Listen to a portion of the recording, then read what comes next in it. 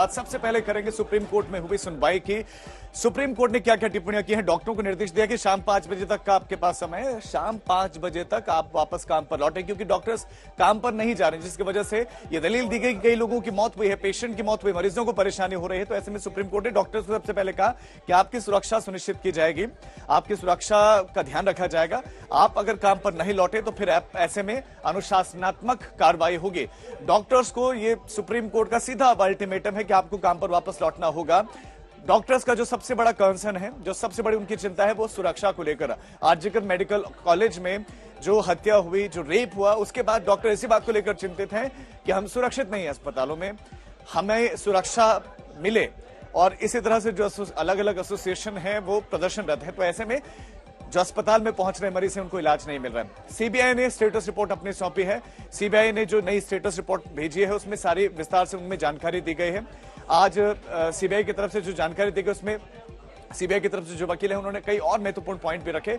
एक हफ्ते और समय दिया गया। एक हफ्ते में सीबीआई को अपनी स्टेटस रिपोर्ट अब दाखिल करनी होगी।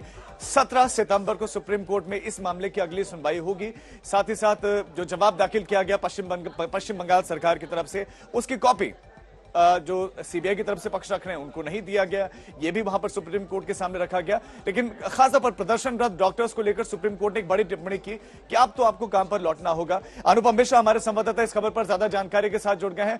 अनुपम, सुप्रीम कोर्ट में सुनवाई, पश्चिम बंगाल की सियासत में अब इसका किस तरह का असर देखने को मिल रहा है, और सवाल यह कि क्या प्रदर्शनरत डॉक्टर्स अब हड़ताल समाप्त करेंगे?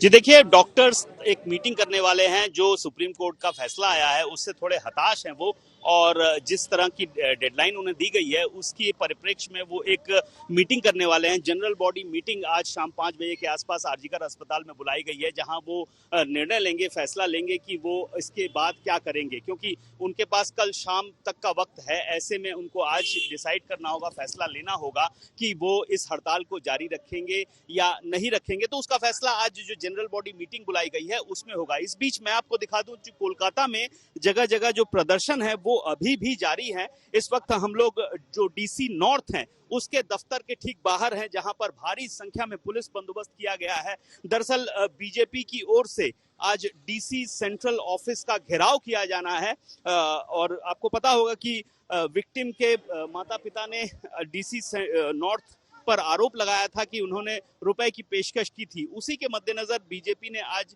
जो डीसी नॉर्थ का ऑफिस है वहां उसका घेराव करने का फैसला किया है, और उसी के मद्देनजर ये भारी फोर्स इस वक्त डीसी नॉर्थ ऑफिस के बाहर तैनात की गई है और उन्हें यहां पर आने से रोका जाएगा। देखिए, बैरिकेड्स लगाए जा रहे हैं जगह जगह।